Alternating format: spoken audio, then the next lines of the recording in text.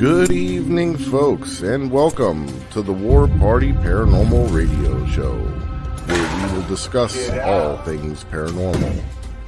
Hear firsthand eyewitness accounts from fellow team members and special guests.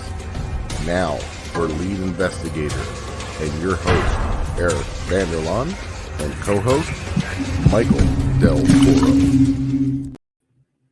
Happy Monday, everybody. Hello, my paranormal peeps.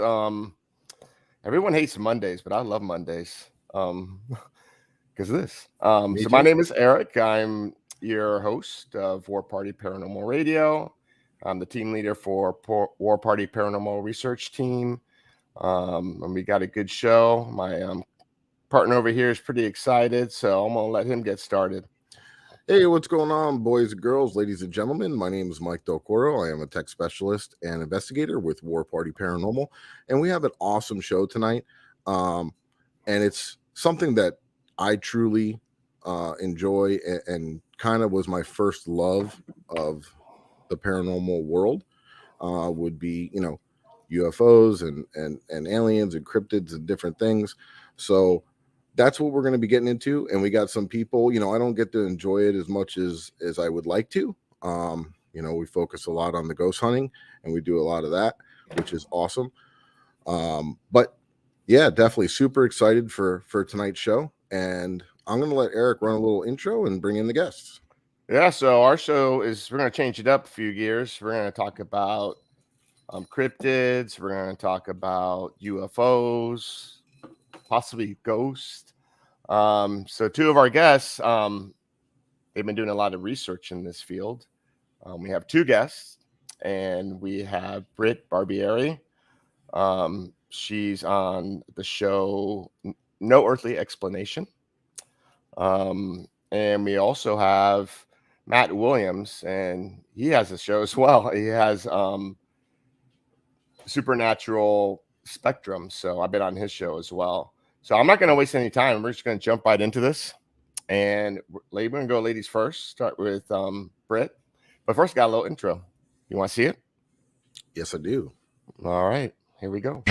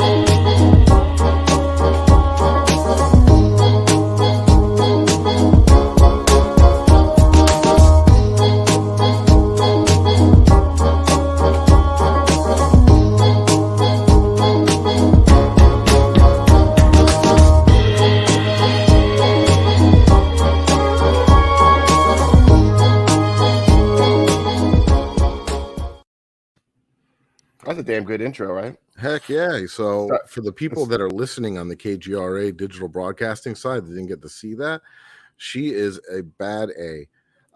She is. A couple different pictures with her doing a lot of different things with different animals and yeah, for sure. So let's bring her in. All right. So let's welcome Brit. Hi, guys. Hey, how you doing? Thanks for coming on the show. Absolutely. Thank you for having me. I'm really excited to be here tonight. I changed up your video. I made it start out spooky, and then it was all cheery.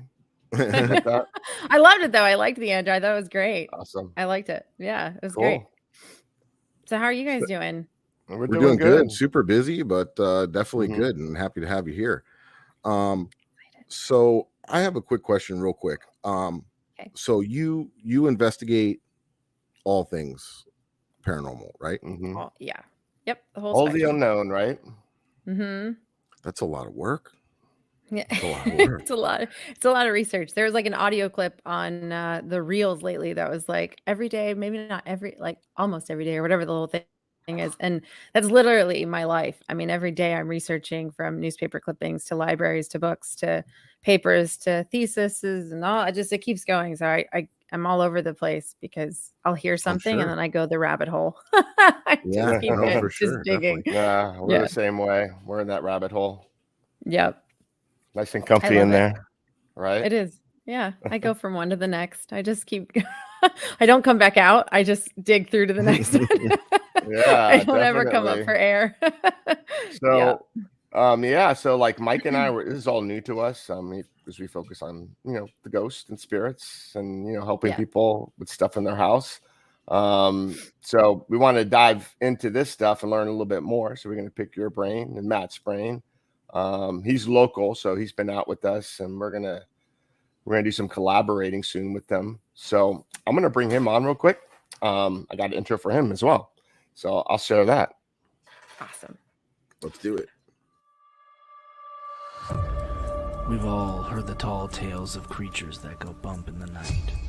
But is there something more to these phenomenon than meets the eye? There, boy, it growed up and he pushed that tree to the side and walked out.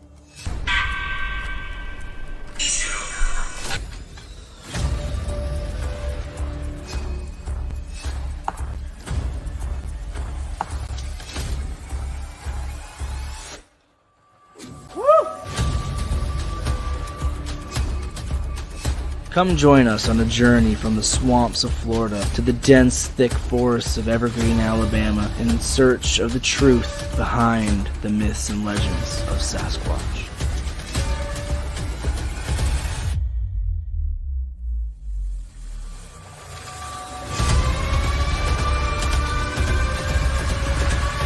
There it was. Y'all hear it?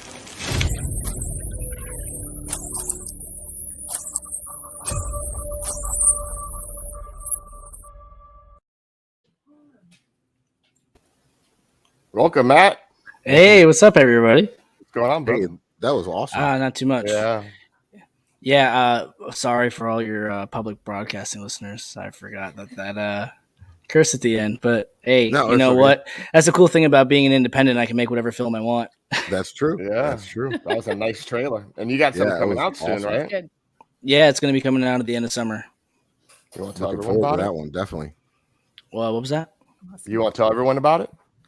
I mean, go watch it. I mean, if you're into, let's just say, open-minded to the idea that there's more to the world that meets the eye, then it's right up your alley. If you want to focus on just like science and stuff, then it might not be for you. But I'm just documenting what I've experienced and what my truth is, and that's in a lot of different fields, experimenting with a lot of different things, trying to mix what you would call the paranormal and Bigfoot investigations together. Mm-hmm. And I've had a lot of success with that. So, I mean, And you'll watch the movie and see your proof. Yeah, looking forward to it. It looks good. Just by looking at the trailer, I can tell it's going to be awesome. And yeah, thank you. I appreciate it. We're going to be doing some experiments soon too. That could be another show, right? Yeah. Mike? Yes, absolutely. Looking forward to that. Yeah, definitely. That's going to be coming soon. So, Brit, like, how did you get started in this? Like, what do you mostly focus? Is everything pretty much even? You do cryptids, UFOs, paranormal? Really, lately it's been a lot of the ufology, just because of everything that's been going on recently with the government. But I really do a lot of it. But I would say that the cryptid space and ufology space is mainly where my focus is at this point. But I do try and stay in all of the spectrum as much as possible, even in the investigating side of like spirits, ghosts, demons, etc. Now, have you done research down here in Florida? Experienced anything? As far as like the cryptid side, I think Ocala, Fort McCoy, all those locations are fantastic for some type of activity. Down in South Florida, I haven't really touched the South Florida area yet. I've traveled through. I've been, of course, the Skunk Egg headquarters to visit and to see the location and talk to those there. But I think more or less I've dabbled into the paranormal, like haunted side of Florida more Okay. because of St. Augustine and the history Oh and the yeah. original settlers and, you know, the native tribes here and things like that. 'Cause Yeah. there's a lot to it. That's all we talk about. Mm-hmm. It's all So, related.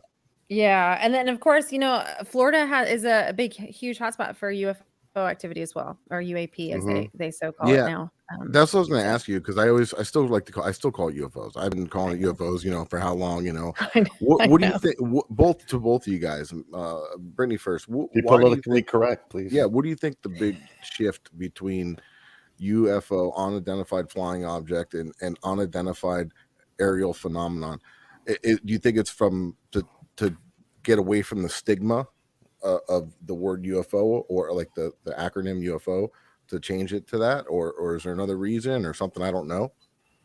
No, it's definitely the stigma. They're just trying to move away from it because over the years it's become, you know, just this big overload of hoaxers and information overload. And so now the fact that we have credible people, especially like, you know, United States Air Force and Navy, come forward talking about these things, now they want to put a new label on it to kind of take it away from, I'm just going to say over the last, like, let's separate it from like the last 20 years ago and backwards. They want to separate it from that, and they want to move forward now in this new direction. And it, you know, I mean, I'm okay with that, but I'm not okay with that because it still means the same thing. You guys are just trying to change the playbooks, and I don't know why, you know, because it's still identified. Yeah. And especially with the recent hearing that they did, you know, it's a bunch of fluff. And it's interesting because like Mike is like, he's like the bookworm. He likes to like bury himself and stuff. And he was looking at, there was like some top secret files that they've been releasing, and they even like were mentioning the paranormal and things like that. Yeah, and the Freedom of Information Act. I was digging through that one night, and the one from the Sun, right? There was that one, and then there was another one that I found that was really hard to find. I had to really, really dig in. It was like, wasn't popping up with keywords and things like that. But I ended up stumbling upon something where they did test EVPs in an enclosed environment, and did state that they are human vocal tones, and they were unexplained. So they have done tests on that, and there's proof of that out there and undocumented files. Yep, Matt, Matt, to answer the same question, do you agree about the UFO and the UAP acronym? For the most part, I mean, I kind of agree with what Brit said, because I mean, it's trying to make it more acceptable for the general public, and the government's also trying to push away from what it's been stigmatized as. I also do believe that it's also their way that they're controlling the information. That way they're changing it, making it their property and not the common person's property. I mean, I still don't know of any actual, no credit to no disrespect for the people who call themselves ufologists and cryptozoologists and things like that. A lot of those things still aren't governmentally recognized and institutionally recognized as real fields of research and study. This, still considered all pseudoscience. So same as paranormal research. Like everything and I think that they're doing their best to push that away, because it's not all backed by them. Majority of these investigation groups, like, as you guys know, are all privately funded. I fund all my research all by myself for the most part. I'll get a donation here and there from a family friend or a family member, but that's about it from time to time. Yeah. And unfortunately, I have come into contact with other researchers who have also heard the same stories that I've heard, that we actually have laws in place in some of our systems. I'll just label them as systems, not call out any sort of federally regulated commission or anything like that, but they're definitely controlling that information. No, and obviously, that's all I'm going to say. That's for sure. And I don't want to get too deep into it, because I know that you guys are public broadcasting, so I just don't want to catch you guys in heat. We're federally regulated. That's my job. So who's watching, right? That's my job, is to tap into that. Yeah, definitely. So Matt, you've been doing a lot of research down here. Like, a lot of people don't know what a skunk ape is. Can you tell me how you got started? I know you told me like on your last show, because you do have like a sensitive side as well. But yes. tell them how you got into all this. And maybe I mean, I had what I believe to be a childhood encounter when I was 8 years old. I also experienced throughout the rest of my lifetime, I experienced spirits, shadow entities, UFOs started around my mid-teens.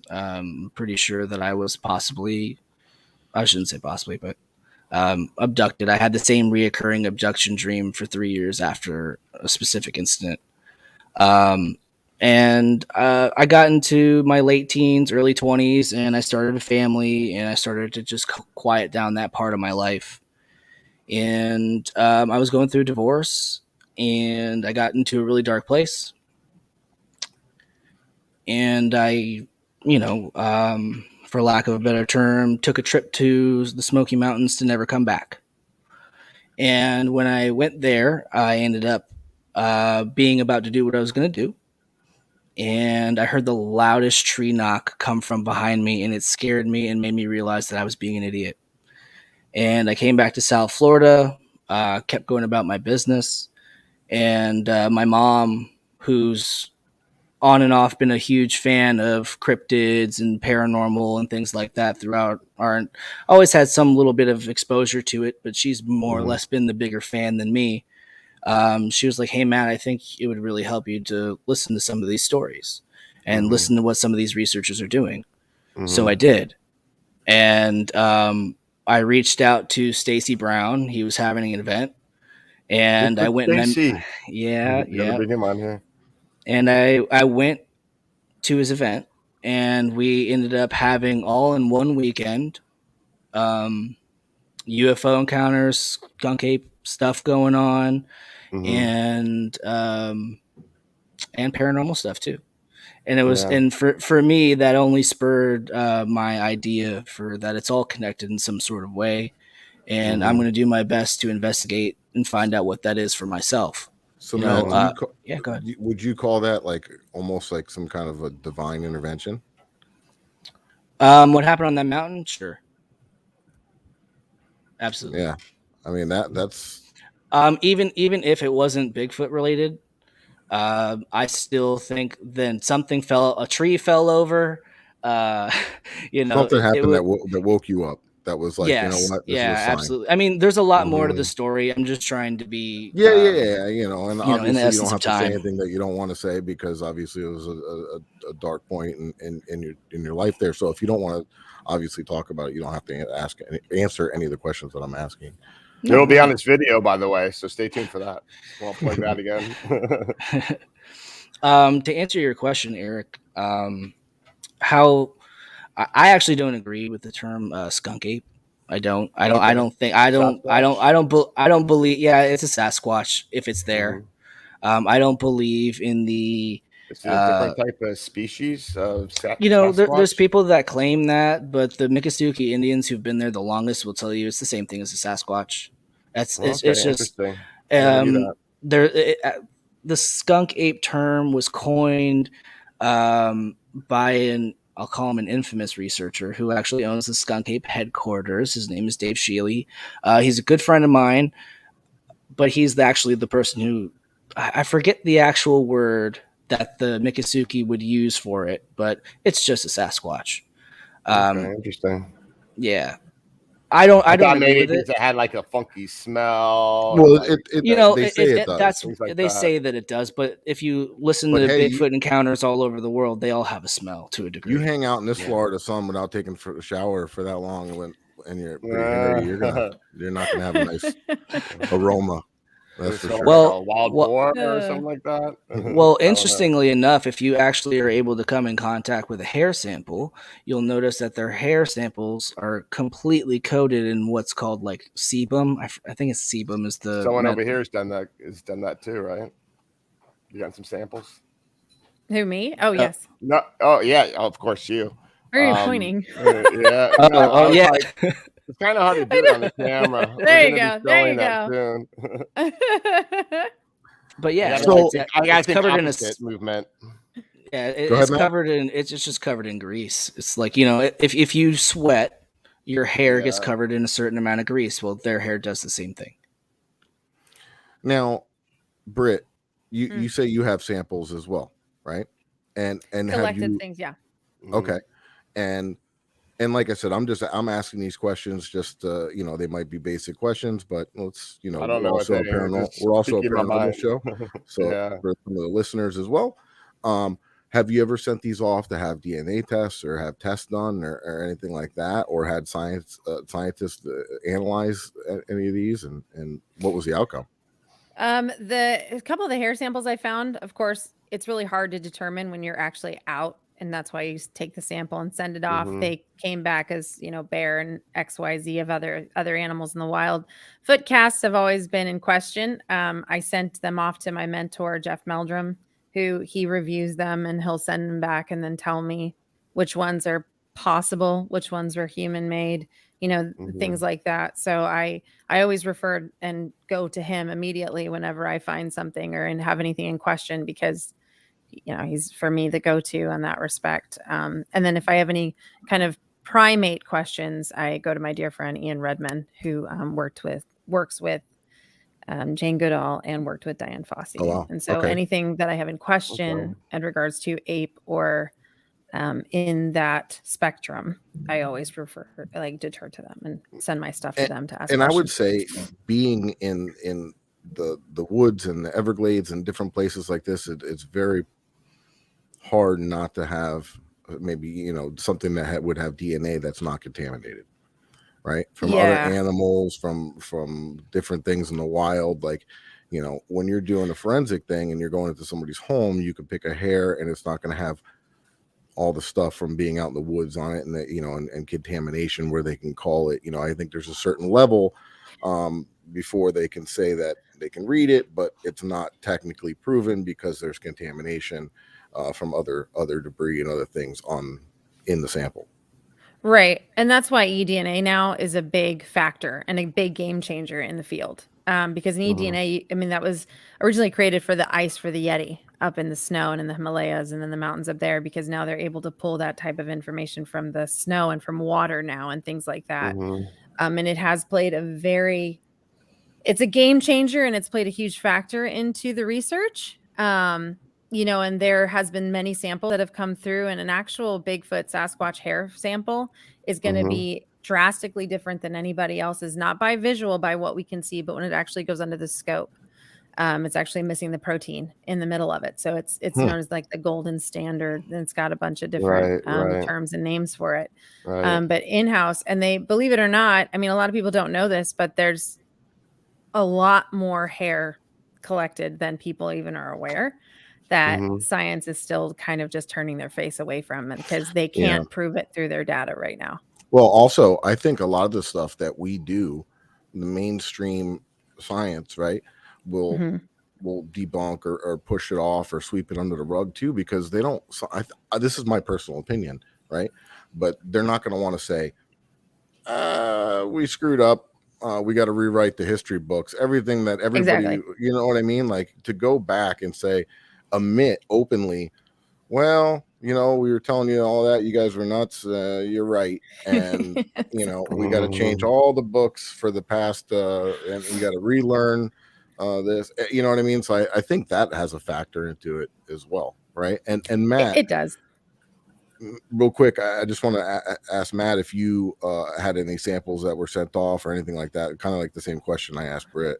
I actually gave Eric some pictures of a sample. Well, I think it's in a video form, but we're gonna play that soon. Yeah, of a sample that I found that is going to be in a study in the University of North Carolina. Awesome. Okay, great.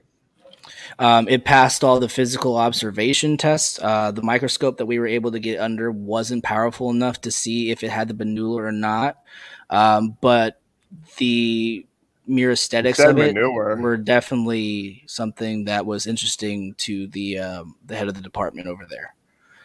He actually reached out to me personally and was like, "Hey, listen, like, we're having this program. Please send this to me when it gets up and running." So I'm just waiting for the final packet, and then it's going to be shipped in the mail. You know, and that's crazy, right? Because you think about it, Florida, and you know, we do have a lot of creatures and critters, but in all reality, not that many, opposed to a colder climate, right? It's right away. Somebody should be able to look at that and say that's a cat, it's a bear, it's a boar, or a deer. You know, other than that, there's some rodents and different things, but that's really about it that we have that's has hair. You know, so that's very interesting. Go ahead. I got Eric. a question for Brit. So do you think it's like a lost species, like a lost primate that just really hasn't been nailed down? Yeah, I do. I'm not. I always listen to all the different theories out there in regards to Sasquatch and Bigfoot and Yahweh and all of them across the board. Right. But you know, the key factors in there is the fact that it is very ape-like. And so for me, I just, if you go through the history of the Gigantopithecus and the Gigantopithecus blackie, these are they were real. They did exist. There now has been proven with bones. And again, this is something that was written about in history, even, and spoke about. And so for me, once that discovery was found, it's a big debate in the Bigfoot community of, well, we don't have bones, we don't have bones, we don't have bones. And so it's like, well, look how long it took us to my find next the bone. question. Yeah, look how long it took us to find the bones of the Gigantopithecus to finally say, no, here it is. It did in fact exist. And so was something at that magnitude, that size. And I get really frustrated when people immediately jump to the conclusion that they, for some reason, think that they've tracked through every inch of the forest throughout our entire planet. No. And if anybody grew up in the mountains, I grew up in the Rockies, like Estes Park, Colorado. I grew up there. You can be traipsing through dense pieces of forest and not even realize you're next to a grizzly. Like, I mean, I'm not joking. It's they don't make a lot of sound sometimes. You just don't know. And so I said that to Eric when we were talking, like, because I used to hunt a lot. Like, I used to, and I'm a very outdoorsy guy. I was a boat captain. I traveled all over the world, fishing blue marlin, black marlin tournaments, and hunting and doing a lot of different things. And I can't say how many times that I've been sitting in a tree stand all darn day and never seen a critter, not once. But there's other times you go and you see stuff and whatever. It's just they see you. Exactly. But you know how many, the preparation that I would do before I hunt, like, keeping my clothes in the sealed bag with earth scent and using special deodorants and special shampoo and toothpaste and all these different things, and being elevated in the tree and then measuring your calculations for your wind. Make sure that you're downwind of a trail and different things and all this. And there's so many deer and still not see one. So I do believe that there is a chance that there's something out there that we don't know about. Yeah, definitely. Absolutely. And size is not a factor. Size is not a factor to me. It's something is there. It's smart. It's intelligent. And if anybody knows animals and has worked and studied with animals, they understand that those woods, mountain is, no matter where they are, they know it better than you do. I don't care how well you think you know the woods or that you're a trained tracker. They know it better than you. That's their home. So as much as I tell people, if somebody breaks into your house, you know where to hide, where that burglar is not going to find you. And it's the same. It's same can apply for them. Well, before I play this video, I mean, I was going to say that's where I want to go next is like the intelligence, but Matt provided me with the video of some evidence of Sasquatch, and I'm going to play it. Here we go.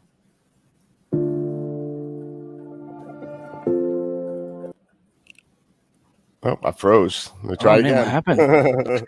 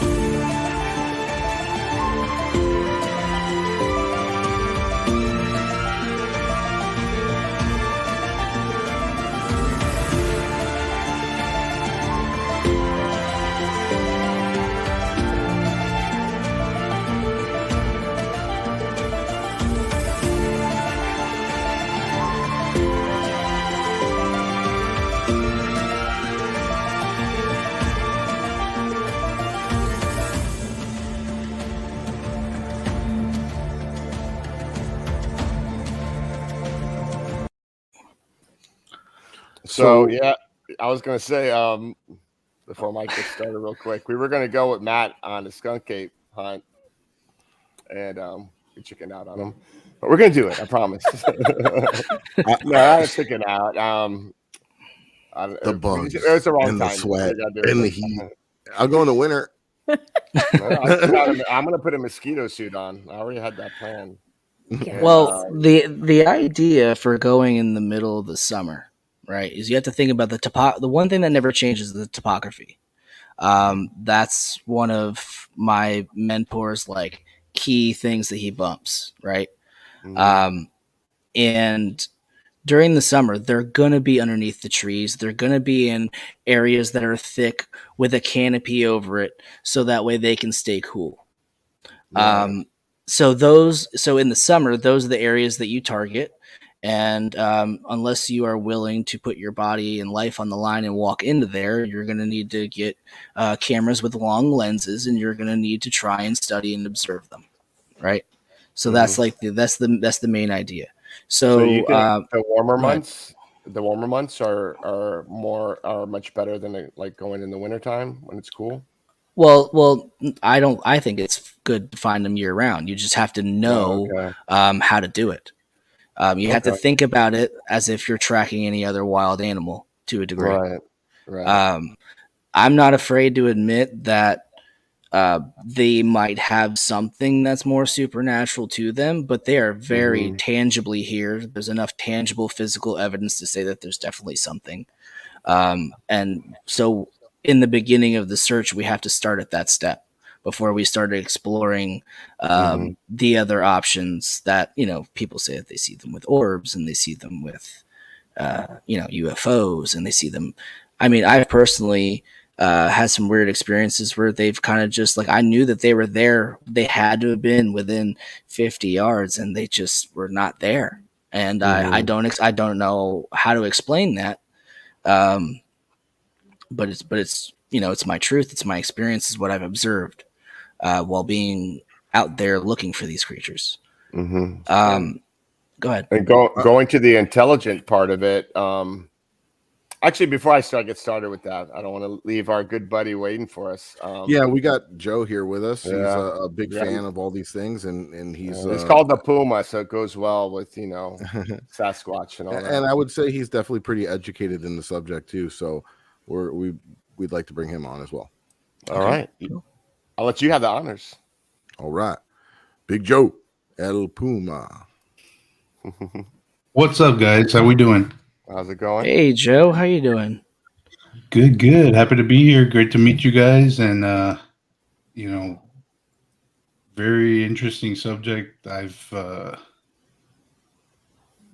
a lot of us, like a predator, that's one of those things that got me also into the paranormal was, Bigfoot and, obviously pop culture stuff. You got Harry and the Hendersons, and how cool would that be to have a Bigfoot coming into your house and your friend and stuff awesome. like that, and coming back and seeing like that people really do like go out and research and are finding like tangible evidence like you guys were sharing. It's incredible to me. So like I applaud you guys for doing that.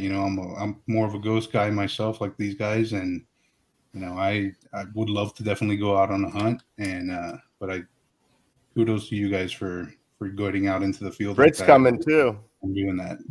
Right, Brit? Absolutely. I never turn down an investigation. Are you crazy? Like, come on. No, we'll do both. We'll do paranormal. We'll do a haunted location, and we'll do skunk ape. Maybe we can do like two. I know there's a place where there's a haunted location, and I think Matt knows about it. And there's also been a lot of sightings of skunk ape. I mean, Sasquatch, aka skunk ape. I like it. Right. So, guys, for you guys that do this all the time, and excuse my ignorance for the question, right? Because my brain is, I'm a techie guy, and I'm always just thinking, and my brain's always turning. And he's a debunking machine.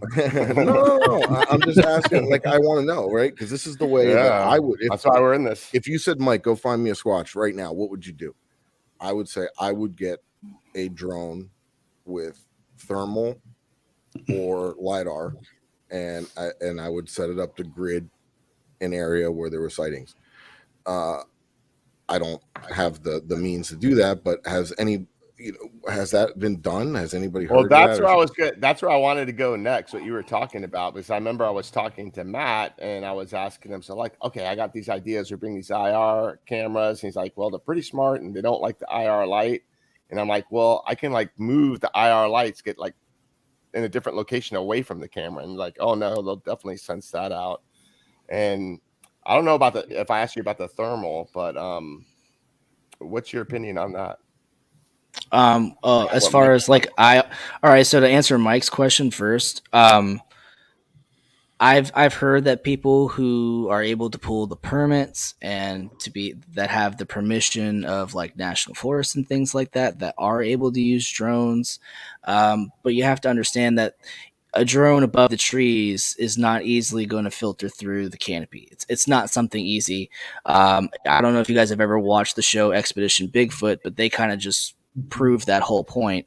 They went out there with military grade drones and with thermals attached to them as well, and it was still hard for them to even be able to catch a decent enough thermal signature for you to be able to discern exactly what it was. In a canopy style area, for sure. But so I mean, that's how they like they do the census for deer. They use planes and thermal cameras. And that's the thing. They have permission, right? Like they're the ones with the permission to put those drones and things in the sky. It's not legal for the average person to go into, like, let's just say a state or national park, like a state forest or a national park, and go in there and fly a drone. You will be kicked out, and or your drone will be confiscated. Why that is, they say it disturbs the wildlife and things like that. You be the judge if you think that there's anything more to that. I mean, it makes perfect sense to me, so why not? But Eric, I think can you repeat your question? No, I mentioned that I was talking about, like, strategically placing IR lights around the camera, away from the camera. But you said like they're pretty intelligent. They don't like the IR light. But what if you use like a thermal cam? Thermal cams will work. Yeah, if you have like you can go on Amazon and get like a thermal scout, or there's also a good other brand. It's called ATN. They make these Thor scopes that are really awesome. It's really good, yeah. Yeah, and you can get a lot of distance on it and things like that. They're really good. I actually I have one I'm going to bring out when we go. I'm ready. Oh yeah, yeah, man, dude, that'll be perfect. It'll be perfect. And Brit, if there's one thing about Mike, he's prepared for war for any situation. He's good. I like my gizmos. He's the tech guy. He's like, definitely is. And if not, he will find a way to build it. He's like the mad scientist. That's awesome. You guys see his garage. Mike, I need a new portal. Get on it. Yeah, I got a YouTube video. Blindfolded. I want to check it out. But Brit, what are your thoughts and like experiences, like using technology, searching for a Sasquatch? I know, and then like also like the paranormal, like a lot of people like use, are all into technology, and other people are like all into old school, maybe using like even senses, things like that. Like, do you think it's almost like the same type of approaches that they use when searching for like Sasquatch? Yeah, I mean, so there's a lot of cases. So I work in film production, so I'm very familiar with Expedition Bigfoot. I work on both sides of the coin, right? So, in a lot of those cases when they do the drones and they do the thermals and things like that, like Matt was saying, it's true. Things are so dense that when you do get actually a big read, you're not going to be able to distinguish from that height if it's a bear or Bigfoot. So a lot of times it immediately goes into it's a bear. Or if you're in Canada or in other areas or up more towards Maine and things, it's a moose, and so you start getting into other areas of interest when you get into the technology. For me personally, I think when you over tech in some cases, it strips away the things that you need to pay attention to because you're so focused on the tech that you're using in the field that you're not focusing on the actual signs that are right in front of you. A lot of times people miss. Go ahead. You're 100% right. And I have to remind myself of that sometimes too. Like when we're on investigation, I got sometimes I'll have too much stuff, and I'm like, all right, you know what, my recorder, and let's go. All right, you know what I mean? We I gotta talk Exactly. about that. We talk about that all the time. It's like, okay, let's scale back a little bit and just we try want to to just document. We want to listen, film as feel, well. you know, just be more visual, not Right. looking at my meter the entire time when, you know, something You new know, flies right by. exactly. Right. So- Exactly. Yeah. That's how it worked for me. I mean, I was very skeptical into the equipment. That's all I could focus on. What I'm going to bring, what I'm going to use, and then I just got it. I just first started more recently, not even more recently, like probably 3 years ago. I just go and sense the place out, try to feel the vibe, and like sometimes your like intuition, your senses, you know, lead you to like really incredible things and what you can, you know, find. And I believe like just like where these areas where like you're hunting down the Sasquatch, you get probably feelings as well. I'm sure like there's like old school methods. Like I saw one show, the guy like boils lima beans. Have you heard of that? To attract a football, a Sasquatch. It was on one of those Bigfoot shows. Yeah, I can't remember that's which one. Dave Shealy. Yeah. He's sold on that idea. Yeah. I have not personally tried it and tested out that method. Wait, I'm what? still for the most part, I'm still on the idea of if it is indeed a wild animal, you probably shouldn't feed it. So I was going to ask you actually about that. You know, we're not going with, you know, high-tech gadgets. What methods do you find to be the most successful when you're going out there, as far as, you know, trying to make communication? I know I've seen the tree knocking and you know, the yells and you know, things like that. What do you find, Brit? If we could start with you, what do you find works for you the best, in a sense, or does it depend on where you are?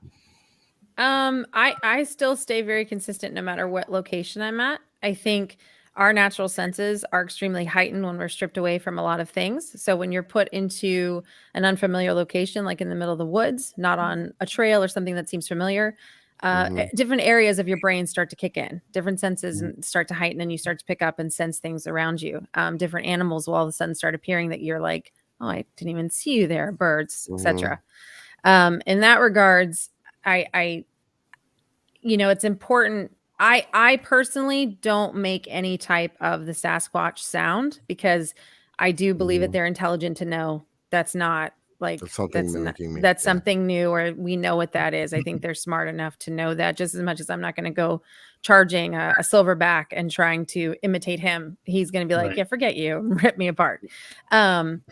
So darn it, Brit, I was going to ask you to do a call for Mhm. no, not for me. I do agree with using recorded what is alleged sounds that have been tested and have gone through the science of saying we know that we don't have anything in our data that is producing this sound from anything known in North America or et cetera, wherever the location is that you're at. So I think using those sound playbacks are very important, because no matter what, we don't know what that sound is saying. It could have been recorded as an aggressive sound. It could have been a mating sound. It could have been a call for a mother. No matter what that sound is, even though we don't know that language, it's still going to get some type of feedback from it. And in my case, those have always paid off. That type of stuff's always paid off.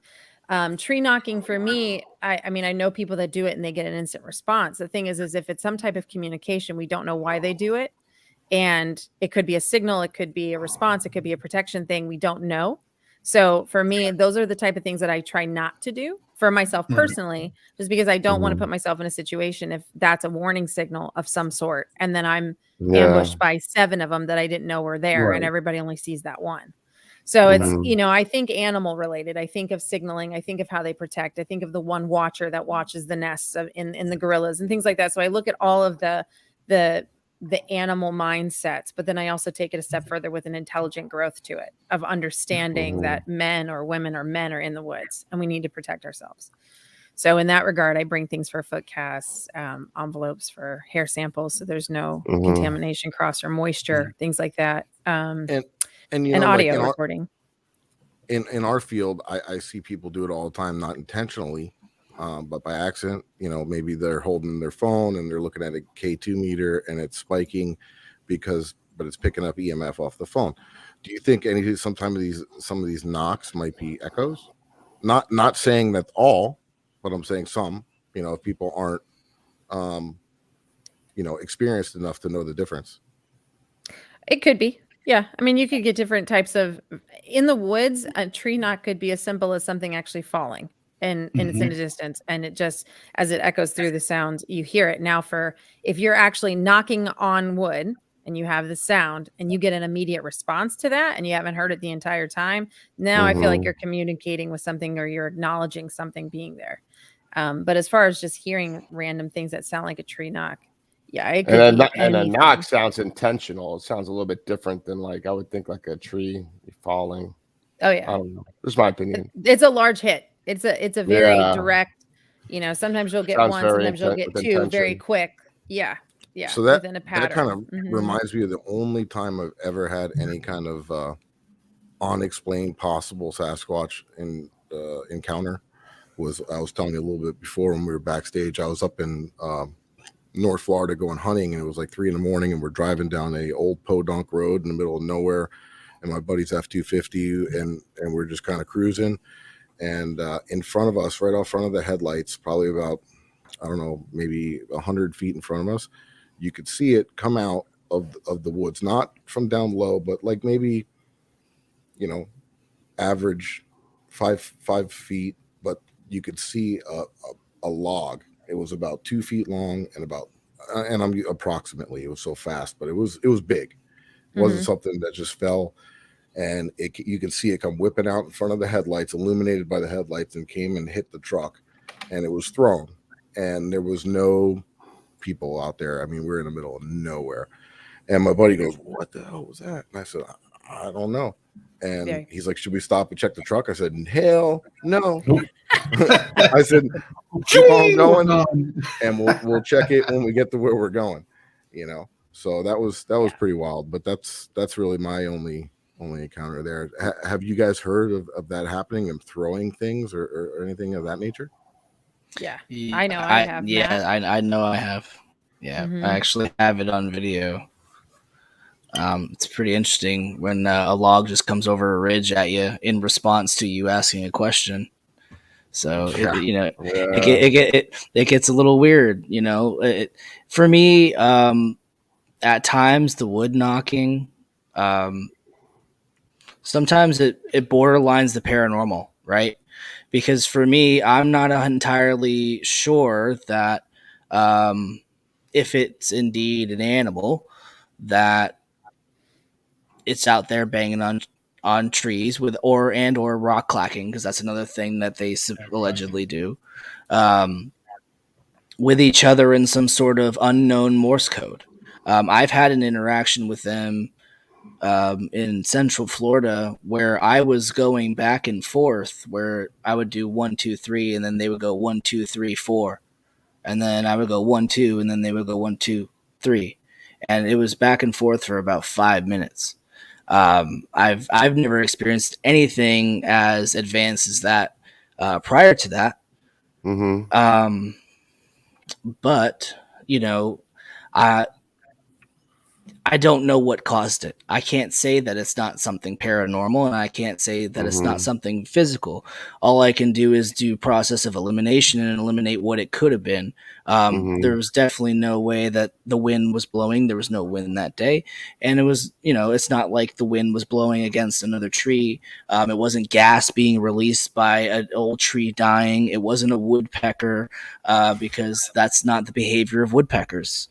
Yeah. So, then you kind of go, okay, well, what? You have to look at the evidence from both sides. You have to look at it as much as you can and try to what's hard for me is that a lot of times you'll go out there and you'll have these very unique experiences with them, and it's very hard to replicate the data, right? Same as ghost hunting. Do you think they're dangerous, or you think they're scared of us? I don't for me personally, I haven't heard of anyone getting attacked by a Sasquatch. It's more like them hiding from us. I don't think that they're outwardly aggressive, right? I don't think that they're outwardly aggressive, just like anybody on this panel is outwardly aggressive, right? We're not out going out and harming people, most of us, right? You know, because we do have that like 5% of society who's a bunch of psychos. But, you know, I think it's kind of the same thing, man. They have their own personalities. I think that they have to have some sort of moral code system, something that regulates their society, because at a very, very young age, would be from the moment that they're born, they have to know that they have to at least evade detection from the human species. So whether that's a biological thing or something that's like, you know, instilled through a possible culture of an unknown, you know, hominid race, I don't know. Mm-hmm. You know, I don't think that there's anybody who can say that they really have it down packed, because we're still back in 1967. The best footage we got is still the Patterson Gimlin film, and I don't think that anybody can tell me anything different. I think we've had some really good films since then, but there's nothing as long and good. Thanks so much to all the people doing the recreations and like rebuilding that film, because if you know anything about that time, that was so out of the spectrum for hoax. You know, that Right. there's certain body movements that can't be faked, certain movements of the foot that can't be faked. They didn't have the technology to create that kind of costume with that sort of mobility. I gotta have a little quick break for compliant reasons. Yep. Just real quick, and we'll get back to it. Sorry for the No worries, interruption. no worries. But pretty soon we're gonna be off air on the KGRA Digital Broadcasting Network, and they're gonna be watching their next show. Those of you that still want to watch the show, we're going to be on the War Party YouTube page and Facebook as well, and you can continue to watch us there. Just want to let you know real quick that, you know, KGRA has many other shows, specifically talking about like stuff we're talking about now, UFOs, cryptids, and much more. So give them a follow. So we'll be off air on the KGRA Digital Broadcasting Network in a few minutes. Just got to make that announcement. I done good, Mike? You did good. Okay, cool. I'll make sure I said everything I had to say. So I know I got like two Sorry, more go ahead, questions just Matt. because I'm like super excited like about this, because these are questions that I've always wanted to ask. Right? Oh, by the way, real quick, I'm sorry for the interruption, but AJ's watching. Watch her show, Soul Wandering. She's on the KGRA network, and you can find her on YouTube as well. Okay, Awesome. I'm done. No more. All right. So no Check worries. that There out. she is. I'll throw her up there and on the KGRA page. Yay. Yeah, there you are. She's awesome. Cool. I forgot. So what I was going to say. you were talking about the Patterson Gimlin film and like that. Oh, at first the Patterson thing. The only thing that kind of Joe throws me hasn't off- sing this song though. He always comes in with the song. What are or you something talking like about? that. I don't know. I'll throw that out there. We're gonna be serious tonight. So off the wall. We'll save that for later. Sometimes. All right, But, continue, Joe. Crazy. Matt, you were talking, you know, you were saying about the Patterson Gimlin film, and you know, everybody who's watching, who's on this right now, has seen some sort of clip from it. You know, it's the famous, you know, Sasquatch walking over that creek bed. You know, it's such a familiar film. I was listening to another podcast, and the first time I actually like heard this, and then I went back and watched it. I must have watched it 10 times after this, showing that, you know, how you were saying that there wasn't the technology back in the 60s when it was made to create a suit like that. Even though there is a company who claims that they did rent out a suit to them, the Philip Morris company in North Carolina, but when you watch it back, you notice that it has breasts. Yes, It's it a does. female. Yes, it You know, does. and Really, I didn't know that. it's still kind of grainy, Learned but something there's new people tonight. who believe that it's actually carrying a small, like an infant as well. Oh, really? What are your thoughts on that? All right, so there's a disclaimer. Okay, there's a lot of different myths and conspiracy theories in regards to the Patterson Gimlin film. Okay, Bob Gimlin, who is still alive, has received tons of death threats from people who believe all kinds of different conspiracy theories. Okay, um, I, from what I understand and from what I have observed and what I've heard experts observe and study and analyze from that film. Okay, because one thing that I like to do is I like to build on the build upon the path that was laid.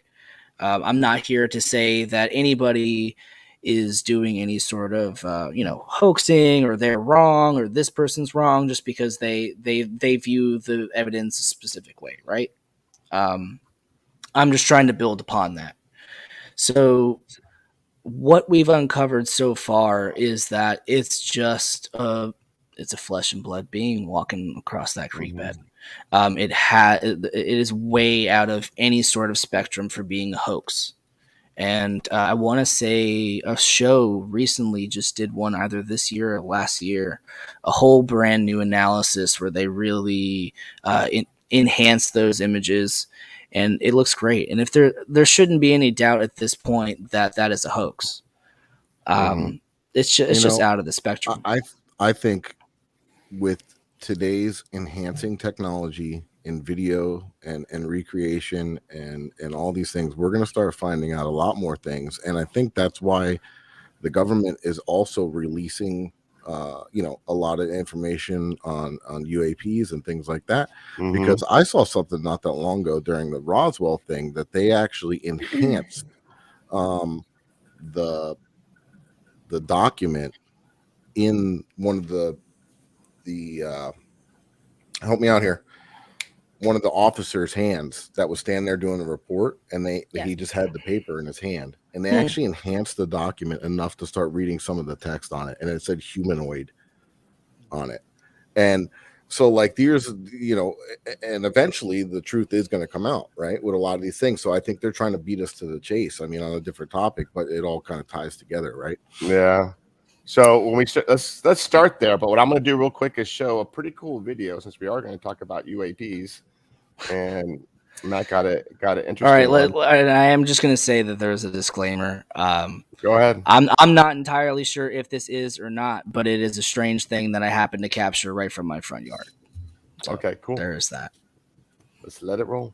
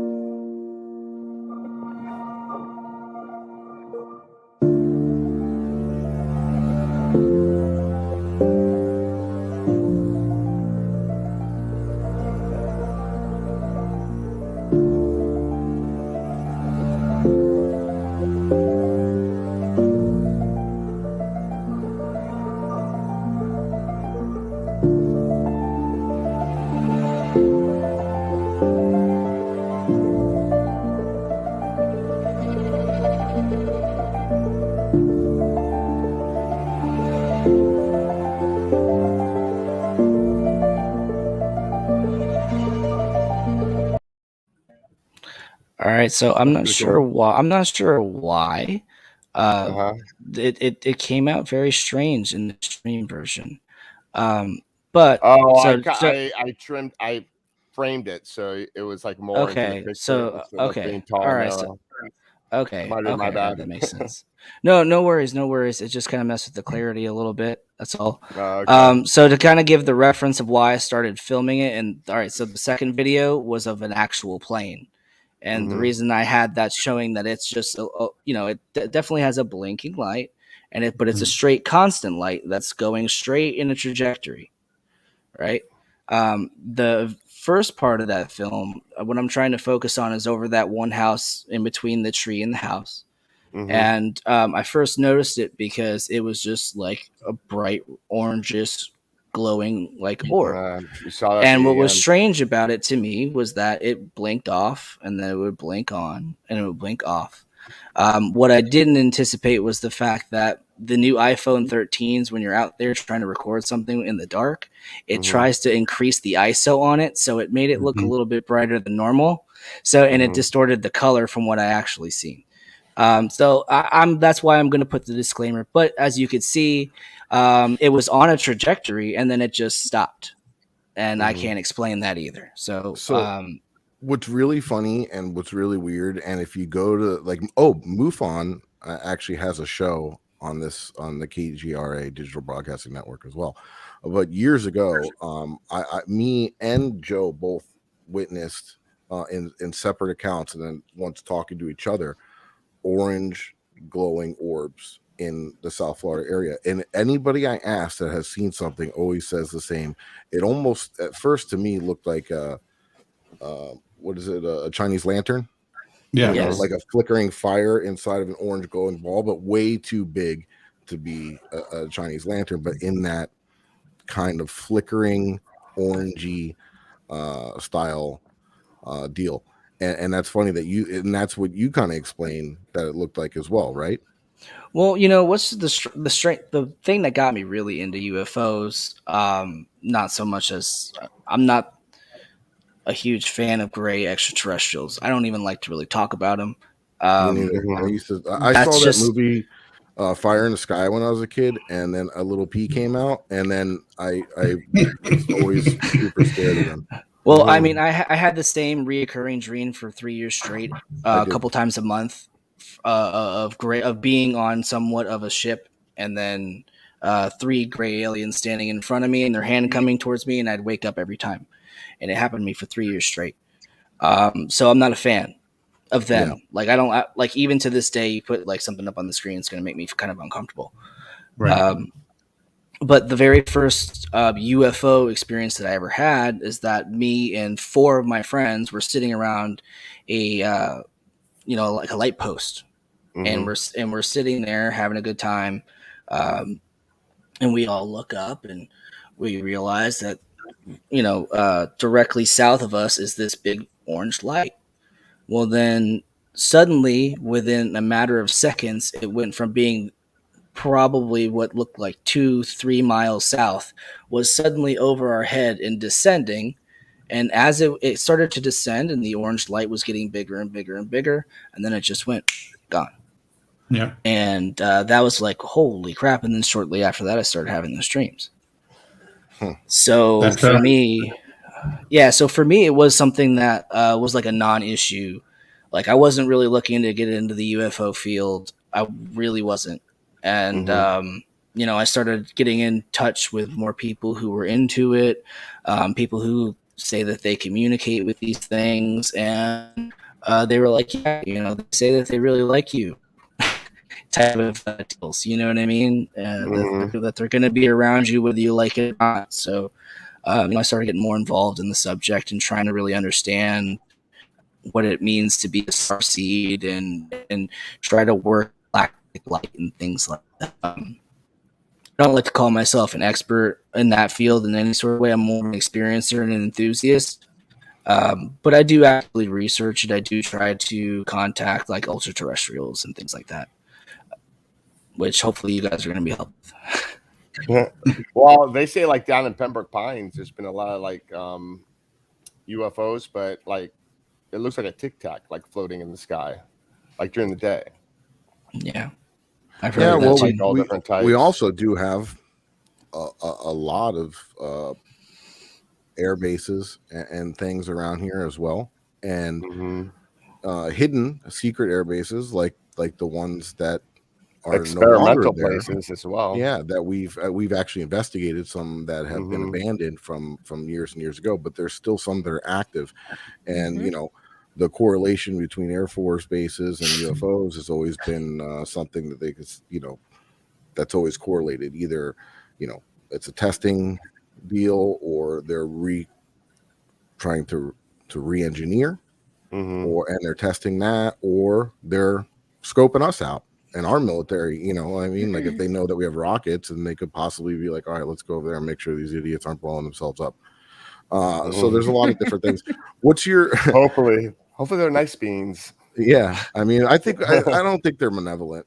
I think we would have known by now. But Brit, what's your any insight when now we've kind of switched over to the UFO deal or anything there? Like Independence Day gonna be coming soon? Well, I am tapped, so we'll see. No, in this regard, this is my field work. This is my area of work that has taken over my life. Well, my whole life was always involved with this, but I do this extensively. Of course, with my partner in crime, Donald Schmidt. I'm sorry, I've gotten a lot of names messed up tonight. We do No Earthly Explanation. He is the king in the face of Roswell. He was the one that has worked with J. Allen Hynek, who of course was with Project Blue Book from 52 and on until it closed doors in 1970. He then created CUFOS and so on. And so Don and I continuously work together. He's my mentor in ufology. I studied with a actual online university to get my certification in the course that allows you to still get certified in it. And more or less, it's just an hour certification that, hey, guess what? This person knows this many stuff, and now you go do your work. We have an archaeological dig coming up in September in Roswell in a new location that the bodies were actually recovered from. It's never been touched, never been tested. It's a secret location. In this regards, this is something that I'm dealing with daily, and something that is heavily active and heavily going on, even within house, and especially with the big hearing that came out. Everybody was hoping. Jeremy's been kicking doors down for years, trying to get them to finally come forward, which has been wonderful work. And I give a lot of applause to Jeremy for the work that he has been doing, kicking doors down, and George Knapp as well. George is an amazing individual. But there's more to it than that. And unfortunately, everybody wants the government to come forward, and it's not going to happen. I'm just going to tell you flat out, it's not going to happen. They planned this hearing accurately. They chose who they wanted. Donna and I both know the individuals that they chose, and Donna spoke with them, many times before, and knew leading up to this hearing how it was going to play out. And we discussed it. And of course, I was happy to see that, of course, Representative Gallagher did come at him with a couple of very hard questions to the two gentlemen at hand. And everybody immediately jumped to the conclusion on the media that they didn't know what they were talking about, and they didn't know. And of course, our initial reaction, of course, and my friend Ben, we discussed this as well, is, if you don't know it, then that's silly, because I understand that, the UAP task force has only been around now for a little under 2 years. And so they're just still going through the old research. But unfortunately, in this fieldwork, if you're going to come out to investigate UAPs and UFOs in the history, you better know the history and know these amazing documented cases that happened on the United States Air Force bases. And if you don't know them, to where we have 8 missiles on a no-go shut down when a UFO shows up, I think you need to know, because there were a couple key factors that were stated in regards of some of the statements that day that, for those of us in-house know, okay, that was a drop that you shouldn't have said, but you said it. So the fact that they say they know that it is definitely physical, but yet they say they have no tangible proof to hold in your hand. Well, you can't then say it's physical unless you tangibly have something to hold, which we know that they do. So when they talked about having, do you have anything in regards of wreckage? Does the UAPTF have it? No, I don't think they do. They're still young, but I know that the government does. And so with that knowledge and knowing that, you then step into a new plane of saying, you can't just assume that these guys are going to sit here and tell you straight off the bat, yes, we have all of this. And then, of course, the video they chose to show us was so ridiculous that, there's better footage, and we have United States Air Force men that have leaked better footage than that. Well, and that and the whole the rewinding mishap, trying to show the actual that was ridiculous. Object, it was like, come on, man! Like, that was ridiculous, and prepared for this, that should have been extremely prepared. Motion. Yes, absolutely. It was almost a joke. Absolutely, what they did. Like it was kind of insulting in a way. Like it was one of those things. In my opinion, it was like, okay, first of all, it came out of nowhere. I don't think that it was even like highly advertised, put out there that this was even going to be happening. I caught it the day of by chance. Yeah, he sent it to me, and I sent it. I was like, this is happening. I was like, this is historic moment. This is the first time in 50 years that it's being a congressional hearing is being done on this subject. Exactly. and we got Exactly. squat. You know, Yep. we But got yes, you know, we're studying this phenomena. We don't know what it is. We don't know if it's threats from other countries. Which they Some know of our it's not. allies have come Yeah. in. You think something big's then coming? and then they were like, Yes. okay, we're gonna also have a closed session after this to really get into the meat and potatoes of it. And you know, so again, it's just like one of those things. It's like they're just Well, giving us bait. And Well, just, it's almost like okay, they're being set you up know. for something to happen next, you know? well, and you're right. The thing is that I know that they're testing. Basically, what they're doing is they're putting out all these little things to test the general public. They're testing the public to see how does the public react. Do they really want to know, or are they going to get into hysterica and freak out, like just pure hysteria? The So War of the Worlds. That's what I was going to say. Exactly. Not the 1950s Exactly. anymore. We got all that information at our fingertips. Well, and The that's the Orson thing. Welles. So you have all these people coming forward, and the fact that they were, you know, they always in the past have wanted to pinpoint China and Russia. Well, they can't now because China now has their own investigative team going into the UFO activity that they've been having. And we could see what Russia Russia's is got. They doing got some the old same. tanks that tractors are towing away. I don't think Exactly. that No, but their own task force has come out talking about this, and several other countries, and 35 actually in whole so far. And I know this from Don's side with what he's been working with, that are releasing all of their disclosed information to the public because they finally want help. Italy is one of the largest ones because they had like a full-blown attack on one of their pilots. So for them, they're like, listen, we need to get to the bottom of this. And America's having the same issue we are, you know, and it's the same type of recurrence. It's the tic tacs, it's these spheres that come out of nowhere, and they're aggressive and they're fast and they're tracking. And my favorite part, which I'm sure you guys caught, was the question of, do we try to communicate in the airspace when they come into our airspace? And the pause in the gentleman, both parties, They're already doing it. And exactly, but they cannot tell look you. at each other. And for them to be like, oh, you know, we haven't thought of that. Hey, have you thought about that? I haven't thought about that. Yeah, they have. Right? They play us for dumb. And that's the part that I, you know, for being in this game this long, I tire of the dumbness that they try and make us believe, because some of them, I do believe they don't know a lot of the information because they're not given that at that level. And others and that's one thing also that, you know, again, that I did find insulting. You know, I said I'm more into the, you know, spirits and haunting side of the paranormal. But you know, I am fascinated by this topic, you know, as I am with the cryptids, and I read a lot, and I do my own little stuff, whether I'm active in it or not.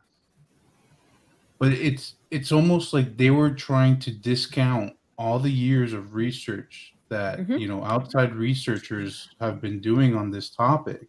You know, it's kind of like, okay, now we're the government, we're going to be the ones like to do this. It's like, well, it's you guys don't know your head from your ass, you know, when it comes to this, apparently. So yeah. Why don't you get in some of these people who've been around this, who have been studying this for a long time? Because that's not their agenda. That's not their agenda. Right. Their agenda is to rewrite the history and start from scratch. And now it's a UAP, and this is what we know, and this is what you're going to believe, and and forget everything you've heard before today. And that's their agenda, you know. And that's the way I feel about it. And we have over 100 deathbed confessions from a lot of military men and gentlemen and those involved with the crash of 47 in Roswell that had their lives threatened. And on their deathbed, I've heard those recordings. They're eerie. They're, you know, and I've been told the stories time and time again. And it's, you sit there and you go, these men were threatened. Their lives, their families were threatened. Look at Bob Lazar, right? They proved.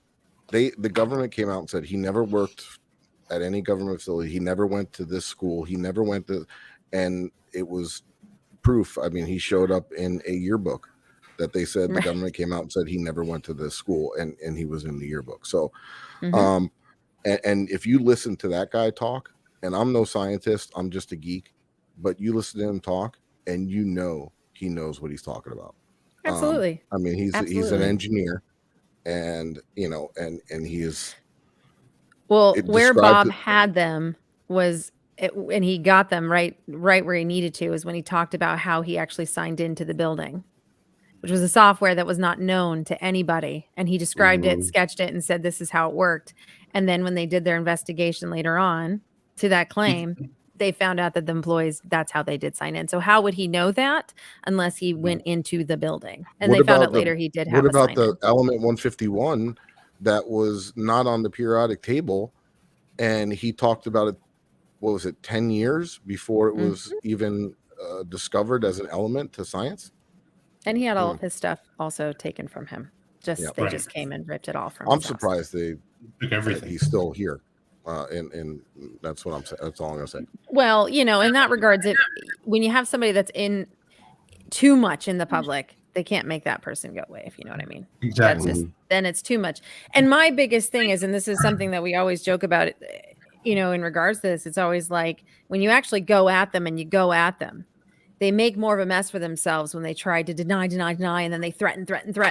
If you have nothing to cover up, why deny and threat? It's the same thing if you follow the pattern in the Sasquatch community. If you go into the mountain ranges in the areas where people go missing, to where all of a sudden the government steps in, tells you to leave, that they're taking over. Why is the government stepping in? Or the Green Berets when we have just a regular hiker missing? Doesn't make any sense. It depends on why the situation is happening and why they need to step in. And it's the same thing with the UFOs. And so for them to say, oh, it's really important that we hear from the general public and their footage and everything like that will be compiled and we will go through it and we'll announce. Oh, no, you won't. No, you won't. I know you won't. What would you say? Because I have heard some, and anybody answer this question, or throw your thoughts in.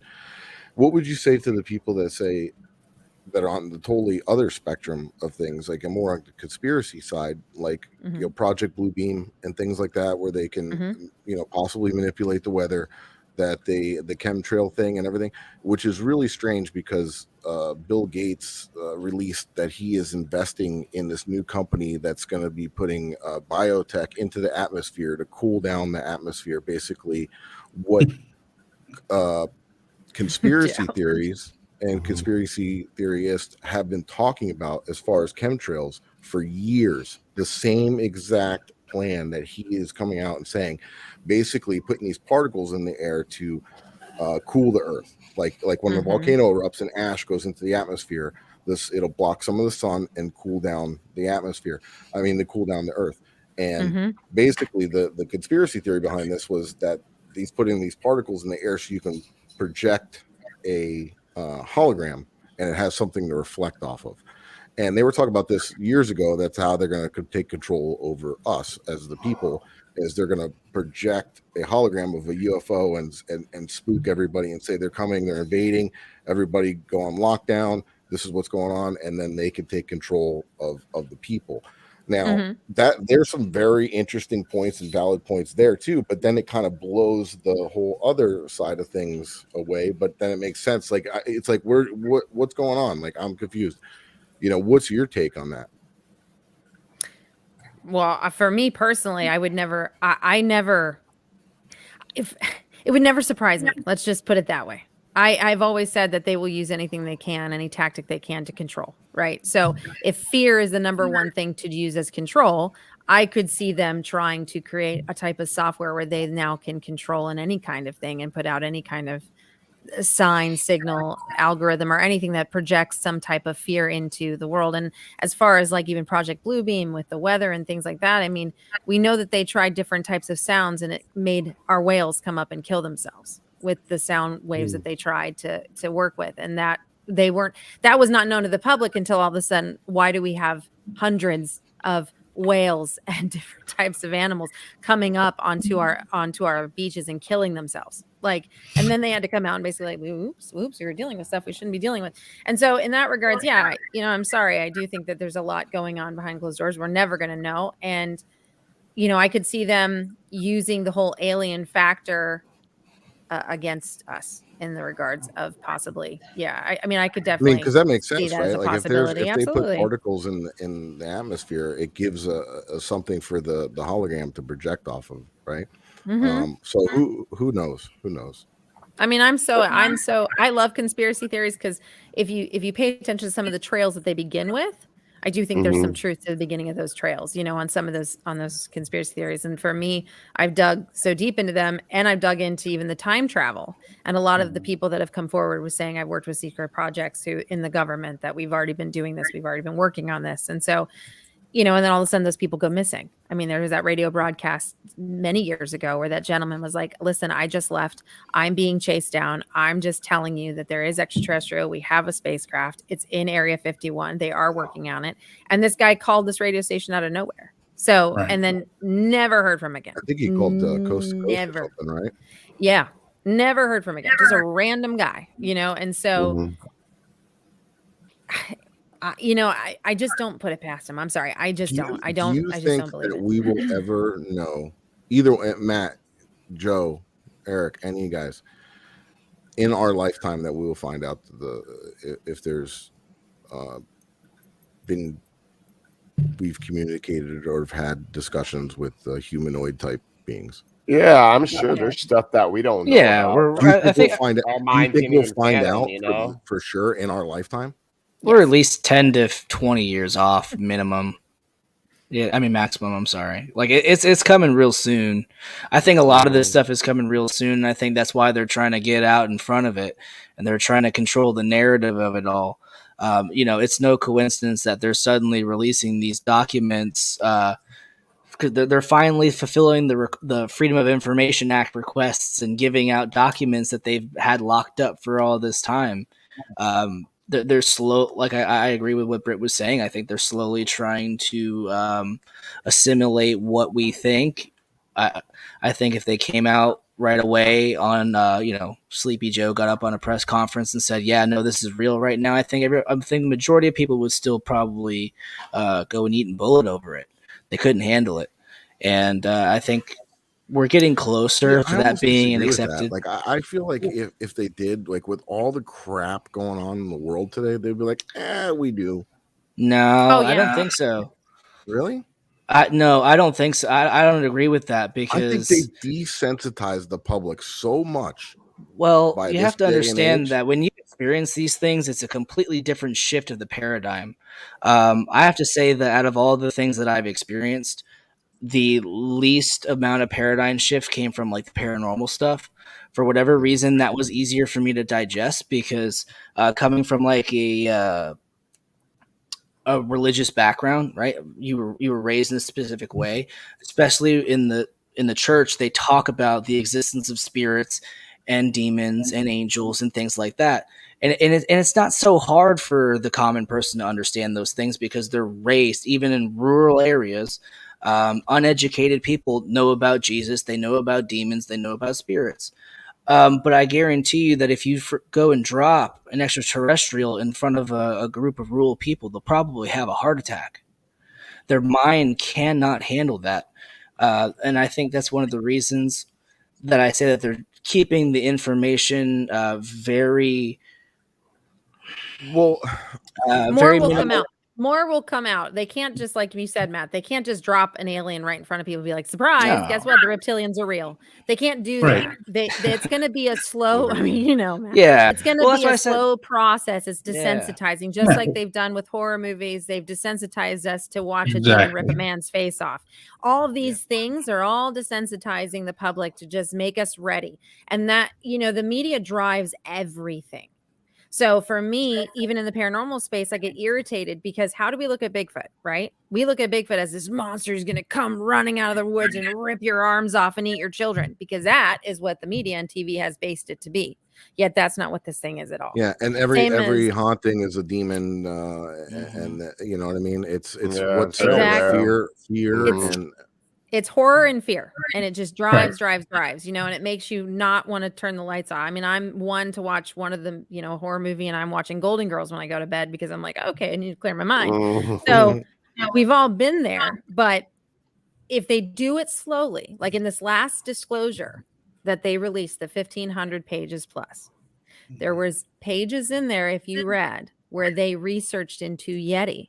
They researched into hauntings. They researched into EVPs. They researched into phenomenons. They researched into different areas of the paranormal, including elves and gnomes and leprechauns. It goes on. And then the dignity, and all the stuff that all we of the hear about elementals, everything. Right. So when you see that come from the government, but yet, when was it? I think they tried to release a statement saying that hair sample that was sent in was deer, right, from the FBI. That it wasn't the DOD. It wasn't what you guys thought it was. Everybody's still covering it up. And now they're letting out this disclosures and these documents that are taking people time to actually go through. Like, okay, we have 144, documents here. And out of the 144, you can only claim 4 that what exactly those are. So you tell me 140 other incidences. Well, guess what? Blue Book had 701 that they left saying we cannot explain through any scientific level at all. But you don't ever hear about those. You don't talk about those. They always want to just say, yeah, it's closed book, doors done. We did our job. There's so many. The Travis Walton, the Betty and Barney Hill. There's so many. Exactly. So many. And the abductors, like the abductees, those are the people you need to listen to. Even though there are some fakers that come out because they just want their 10 minutes of fame. We know this.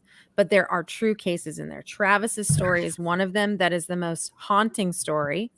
Very wonderful individual, but has had to live with this.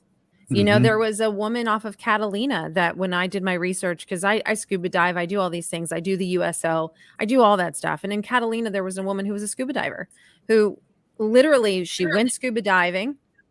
And when she was underwater, came in contact with these beings underwater that had told her that they had been watching her and were impressed with how well she was swimming, how well she was learning how to scuba dive and do all of this stuff that she was doing, and then was abducted. She had an abducted experience and then missing time and placed back on her boat when she woke up. She didn't realize she was abducted until she went under the hypnosis. So all of this started to happen and unravel for her, but the media wanted to know everything about it, and it destroyed her life. And she literally said, I don't want to talk about it anymore. I don't want to talk about it. The case, I'm not going to write any more books on it, and I'm done. And she tapped out. She wanted to basically forget about it. Right. And it's, those people, when it's traumatic, that really happened to them. And as Matt was saying, those are the people that it's like, you're not listening to me. This really happened. I'm taunted. I'm haunted by these things. These things are still coming for me. They're going to keep coming for me, and I can't stop it. But then there's on the other coin where the people that haven't had an abduction case, where they're just truly interested in the fact of the black and white of it, right? The analytical side of it, of saying there is something visiting us. Where is it from? We just want to know the truth. Please just tell us the truth. You guys don't know what it is. And there's something from another planet. Doesn't mean it's going to harm us. We don't have to put our human emotions on it. Just means that they're highly advanced and intelligent. Who they are, what they need us for, could just be a resource issue for their planet that they need certain stuff from us. So, So you were talking about the lady for Catalina. There's another story I heard also years ago as well. There's this lake in Russia, if I'm not mistaken. Yes, the miners. Right, that they found there were humanoids that they said were greeted. Silver suits swimming around, helmets, and helmets and all that too. So it's this is if people take the time to actually dig and research and read about stuff like that, they find that these occurrences are not so uncommon. This has been going on for a very long time. There is cave depictions. There is the ancient Sumerians. There's so much stuff that goes way back before we could even comprehend. Right. And these people shouldn't have, the ancient Sumerians had, and I don't know if this is true. I didn't see it. I don't know. You guys tell me. But I've seen like a solar map, supposedly by the ancient Sumerians, that shows our solar system with Pluto in it. And we didn't discover Pluto until what, in the 90s? 80s, 90s? Late 80s. Yeah. Late 80s? It was like 88, I think, or something like that. Yeah. And these ancient people, the first civilization to have a written language and depicted Pluto on a solar map.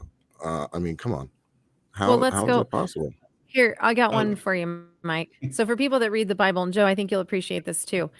Everybody always goes, let's go back 2,000 years. Welcome back. Hey, welcome back, Eric. You take it back. Even in the Bible, it speaks about how he sat above the sphere, The word Right. sphere means round, circular, which means Earth was circular, right? So how 2,000 years ago, when the Bible was written, 2,000 plus years ago, the Bible was written, how would they know that unless they were able to go above and look down, or having knowledge from others that are above looking down and telling you that you're living on a sphere, which is round, circular. Right. And yet, flat Earth theory was around until 17th century, 18th century. And then we still have the flat Earth theorists today. So it amazes me that we have documentation that goes so far back, even before Christ, The before flat Earth everything. thing just Like I makes me wanna very punch a much baby. I mean I know it's again with anything in this realm, it's a controversial topic. But Absolutely. I mean I Absolutely. very much subscribe to the ancient astronaut theory. I think that they've been Oh, here yeah. since the beginning of our planet, and Well, you will see be that in the here long Maya, after- yeah. Azteca, Yeah. Egyptian, Well, Inca. yeah, you look and and then the glyphs, and Mike was talking about the cave paintings and this Well, and and that. they discovered too the Great Pyramids of Giza. Now, the actual coordinates of where they are positioned is the Mhm, exact and they line numbers up. of the speed of light. Right. Really. And it also matches the Maya temples. Yes, the Mayan temples are exactly the same, matching And the they same also align with the ley stars. lines, right? Yeah, and they do. Yes. Yep. And those magnetic ley lines, even though there are some people out there that don't fully believe in those, if you actually lay them, a lot of our supernatural experiences, including, Stonehenge, lay on these ley lines. So it's very fascinating to me that, there are people in science that look at these things and they are scientific, but they also are very interested in knowing, could history really be rewritten? Just like one of my I love this story in this case, and G.E. Kincaid in regards to the Grand Canyon Egyptian mummies. I dug so deep into that, and because I study mummies or not mummies, giants across our planet, and so Mhm. when you dig deep into it at that time, and even before then, everything went to the Smithsonian, which the Smithsonian is owned by the government. David and and funded. Goliath. That's another thing in the Bible. Exactly. And so for me, I just find it really silly that something like that, people go, oh, that giants can't exist. The Nephilim don't exist. All that's just Right. crazy. It's like, why is it so crazy? We have giant people today. And the Mutter Museum in Philadelphia actually studied like gigantism. Well, and you heard discovered that stories from it's soldiers in not Afghanistan that have. the red-haired giant. Yep. Yeah. Yeah. And that came out too. And I studied that. I pulled all the information. I have a gentleman that was there as a military gentleman who was willing to come forward, just had to not say his real name and things like that, and give regards to what he saw. And then he also said too that on the base, they were all told to be quiet about it. But things like that, don't stay quiet when you're in camp. And he said, we'd all be like, hey, did you hear about the giant, or whatever. And they basically went because one of their convoys got taken down, and they thought they were ambushed by, of course, adversaries, and so when they actually went there and saw this huge giant in the caves, they also have the Lovelock caves with these red-haired giants that were cannibals. And if you go by the history of them, they all live in these cave systems. And if you know anything about the cave systems, even in North America, well, they go really deep, and you can live just fine in there everywhere. Yeah. So and they there's were all over the country, everywhere. They extend coast to coast, essentially. Well, they just discovered a sinkhole in Japan, China, where and they also found another one not that long ago in China. I think it was not as big, but it was just a big cave with some sunlight that was coming through, and it had its own forest underground with its own 2,000-year-old tree in this hole, and then the one in China had its. So here's Brittany. How about this? In the one in China, they found plant species that weren't known to humans. And that's true. I mean, they found them. They found their own plant species in these caves in China that were never discovered. I'm a huge Hollow Earth theorist, so sorry. I just am. I think I've done that research. I've done that study. I've actually read a thesis on a few scientists that have come out and said that we do actually have a void belief between, basically there's two sediments of our earth that before you even get anywhere near the core, like there's literally a giant void, and they do not know what's in there. And so they wrote their own kind of theory on what could be there, why it looks like a void, and this, that, and the other. And so I'm sorry. I'm one to sit there and say we don't really know our planet. We think we do, but we only know what we know up to this point because we don't we're know still nothing about the ocean. learning. Oh yeah. 5%. That's it. 5%. So if you take I away have the some land, that's I still have some eerie 70%. stories from. Wait till we start spending more time on Mars. Yeah, Maybe right? that's what they're preparing us for. There's something going on there. You never know. I mean, Yeah. I've always said with like the Atlanteans and the Atlantis and things like that, as a much more higher advanced superior race of beings bringing us, knowledge and information, just like the Egyptians. They had all this knowledge and information, and they've discovered that they actually had light bulbs. Now think about that for a second. Egyptians created light bulbs.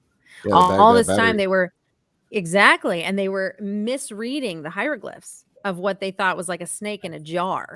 And they're like, oh, wait a minute. That's what these batteries were powering. They actually had working light bulbs. And then they replicated what they found in the museum in Cairo. So it's amazing to me that they're expanding this. Anybody that's listening or watching that doesn't know what she's mentioning, think about it. In the pyramids in ancient Egypt, how deep do these tunnels go in, like to get in there? There is no sunlight. Right. Oh no, it's and you cannot burn a torch or anything and have it leave. You would find soot on the ceilings if you were burning a torch, and you'd find charcoal bits and things of that nature. Sometimes when you're digging caves and holes and things like that, you have to start a fire to bring oxygen in so you can breathe, because a fire pulls oxygen in. But there wasn't any in certain areas. And how would they see? Right? How would they see? And they discovered this. They call it the Baghdad battery, where they would put citric acid and plates in to create a very low voltage battery and make a filament. So there's and so the ones much. in Egypt are much taller. Have you seen the ones Yeah, in they're Egypt? huge. Huge. Things are like 6 feet tall. Some of them. Yeah. It's like, are you kidding me? Lined up against the wall next to that one explorer guy. I was like, this is insane to me. We just underestimated so much of what we could do at that time. And I mean, it amazes me. I think there was a reset at one point, and we lost a lot of our own technology, and there was a we devolved and then re-evolved. But could that be look at our help came and left because they saw that, that's a theory that's out there of intelligent beings that were helping us, advancing us. And when they saw that we were turning on each other and basically just going to advance to a very evil and dark world, they just pulled out and left, which caused the Dark Ages, which reset our time. We went back to ground zero, which is interesting. It's an interesting theory. I mean, look at you were alluding earlier to the weapon that's being tested with the sound waves that was killing the whales and all that stuff. I mean, the Nazis were testing weapons like that, back in World War II. Where'd they come from? You have, the story of that they allegedly captured a UFO, and was it the Nazi Bell? Yes. Yep. Glock, and and it's the same thing. Just trying to get that technology and reverse engineer it, and I definitely believe that's how we have been able to advance in the past 20 years. Yeah. Period. And that whole thing is like a whole other nutshell, especially with like the aliens in Antarctica. They have all that they talk about with the Nazis. These are all areas of very interesting, theories. And like I always said, everything is considered possible until proven 100% impossible. And at this point, there's so much left possible versus impossible. Yep. Well, I know we can go another hour and a half easy on this. We're gonna have to have an episode 2. Yeah, part 2. Yeah, anytime. No, the 4 of us are gonna meet up, and we're gonna talk. That's gonna be a show. We're gonna talk about that, either investigating or skunk ape Sasquatch hunting. But what I like Matt, to do take us to the places. Yeah, I can if you want. We're gonna plan if you're brave enough and you feel like getting eaten by mosquitoes. Yeah, I'm That's used the main to it. thing. It's all good. Friggin' mosquitoes. Well, I know you are, but great these guys aren't. They like their AC. No, I get them I'm the portable 100% fans. down. That's it right I don't like. I have net. I'm gonna go. Just ready to rock. Hey, well, we gotta show you the Aerojet facility. That place, they go there for hunting for pythons. That's like the prime spot. So I gotta take you there one time. That place is pretty wild. Yeah, Mosquitoes. the killer pythons down. Come on, Right. that's another story we won't get into. Yeah, definitely. But what I want to do is I want to thank all our fans. We always have like good engagement on our shows, and thank you for all your support. We really do appreciate that. And what I want to do next is have everyone just plug your stuff, tell people where they can find you. And I'm going to start with Brittany. I did it right. High five. Oh wait, wrong side. There you go. High five. Oh, there we go. High five. Bam. I'm recently just now back on social media, so you can find me on Instagram at Brit Investigates, Brit lower, whatever they call that, the lower dash thing. Investigates _. There you go. Thank you. Couldn't remember for the life of me. It's the blonde. Anyway, you can find me there on Instagram. You can also catch the podcast that I do with my mentor in ufology and my dearest and good friend Donald Schmidt, who he also makes books. You can look those up all on Roswell. We do the No Earthly Explanation on all areas that you listen to podcasts. And that's bi-weekly every Wednesday that drops. You can find me on Facebook at Brit Barbieri Official is my fan page. And then, just Brittany Barbieri if you're looking for me personally on Facebook to carry on the conversation. And then I also try and tell everybody to please go over to Station 211 on Facebook and Instagram, as that is a television series that will be coming out in regards to the Nazis at Antarctica, with the aliens in Antarctica. And I am the paranormal advisor for that series that will be filming in Norway and coming out very, very soon. Awesome. Very cool. Mm-hmm. That's It's really cool. I'm definitely gonna watch. Oh, thank you. Yeah. And then just follow the paranormal team that I investigate with, which is my brother and two of our good friends. Because we work in the film industry, believe it or not, we all, after sets and conversations, are all talking on set and be like, yeah, we investigate. Yeah, we did too. So we kind of started our own group, which is WTF Paranormal on Instagram that you can find. So we have Jimmy Riffle from Gator Boys, my brother from Discovery Channel, myself from different platforms. Justin Igualada is in our group, who's also from History Channel. Just a bunch of us all got together because we're all in the same real field quick. What's your relation to What the F Paranormal? That's what you just. Yeah, that's yeah. No, there's another guy that I used to talk to. My brother Troy. Oh, okay. Mm-hmm. He's into like the alligators and the wildlife and stuff like that, right? Yeah, so we all grew up in the wildlife world, in the animal community. We lived on an exotic animal ranch. We took care of and did all a bunch of stuff with the animals. And so he actually has his own wildlife facility where he has primates, and he's an actual specialist in crocodilians and alligators, and he has his own company called crocstar.tv. And with that, he basically does animal behavioral action and training with different crocodile species and alligator species. He owns his own. Cool. Yeah, and you can actually find him. He helps curate and take care of the Jungle Gardens, Sarasota Jungle Gardens. He's there a couple days during the week. But yeah, so he's all over the place. But yeah, so he currently works and deals with all the large species, and I help out with Crocstar from time to time, which you can also find on Instagram and Facebook. Mm-hmm. All right, cool. And then we got Brother Matt. You're going to see him because he's going to be doing more ghost hunting with us. You'll be seeing that soon. Yeah. Tell them where they can find you. You can find me on YouTube, Instagram, TikTok. Just type in the Supernatural Spectrum. That's where most of my stuff's at. That's where I host my podcast, where I interview all kinds of guests in all these different fields. I mean, if you're looking for good information, that's where you want to go, is the YouTube podcast. Hopefully pretty soon I'm going to be branching out to more streaming platforms. And check out the trailer for the movie on my YouTube. Yeah, that's about it.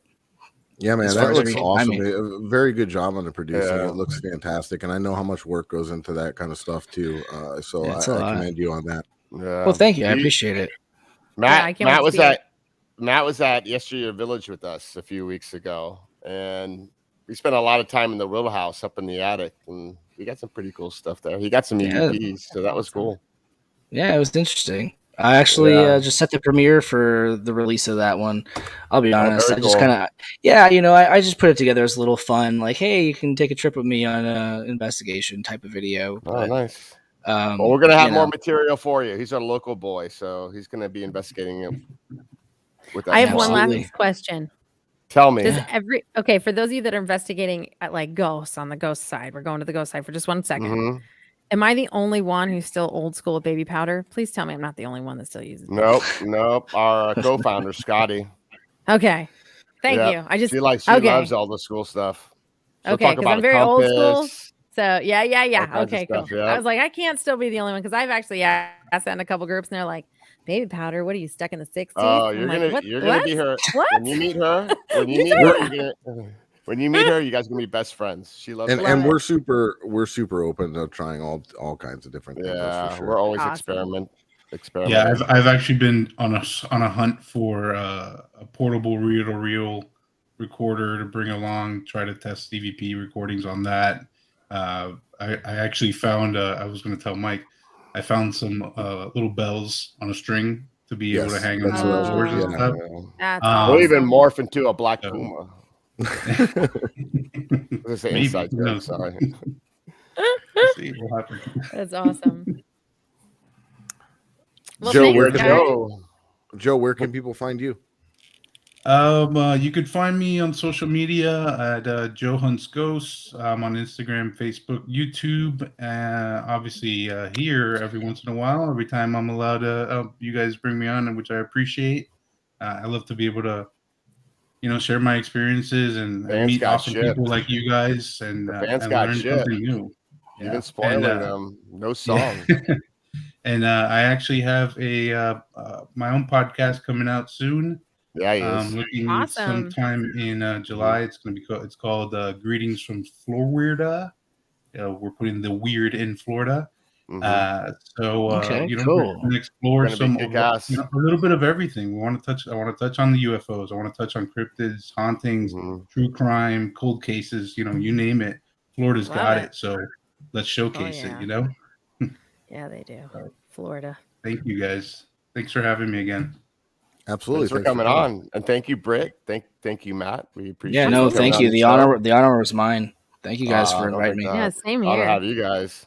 We'll have to bring it back on. What we'll do is we're going to do some type of investigation, and that's going to be a show. We'll plan that out.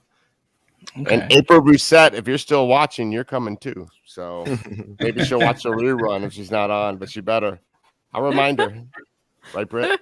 Oh, I'll remind her. I'll send it to her. Yeah, definitely. I think she was here in the beginning because I saw a couple comments from her in the very beginning. She's very busy. So cool. She's such an awesome person. She's really busy. Yeah. She is spectacular. I can't say enough things without making her blush, but I love her to pieces. I met you through her.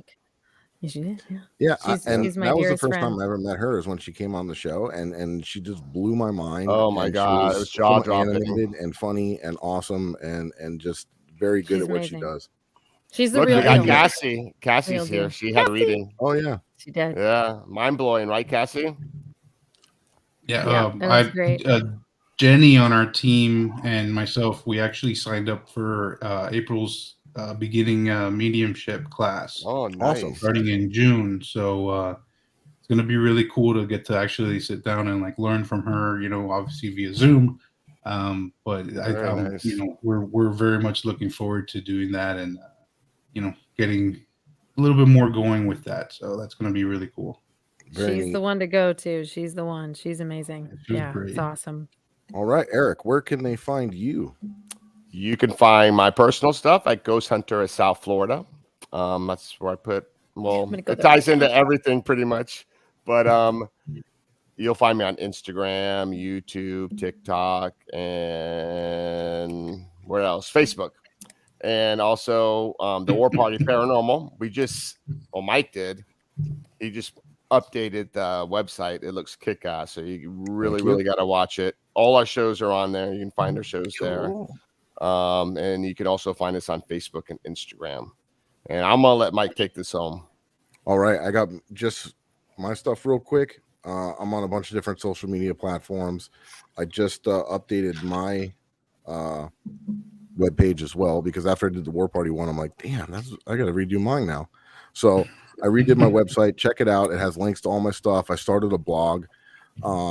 And I also, I would say my main focus is my YouTube. I'm always on Instagram touching base with everybody, but my main focus is my YouTube lately. So check that out. And the links and everything are all there on my website. It's FLA paranormalresearcher.com. And I would appreciate it. All right. It's good stuff. All and right, don't guys. forget the KGRA Digital Broadcasting Network. You Can't forget them. Yeah, they're the reason we're here. They're all over the place. They got great shows. You gotta check them out.